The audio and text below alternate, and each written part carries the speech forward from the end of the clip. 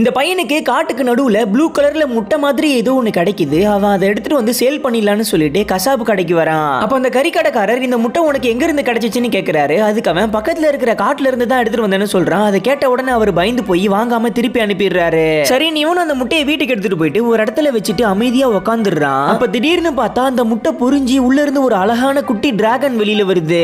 இவன் அதை தொடலான்னு போறான். அப்ப டக்குன்னு அந்த டிராகன் மேல அப்படியே பிரகாசமா ஜொலிக்க ஆரம்பிச்சு இவன் அப்படியே மயங்கி விழுந்துடுறான். அதுக்கப்புறம் கொஞ்ச நேரம் கழிச்சு கண்முழிச்சு பார்க்கறான். பார்த்தா அவனுடைய உள்ளங்கையில ஏதோ ஒரு சிம்பிள் இருக்கு.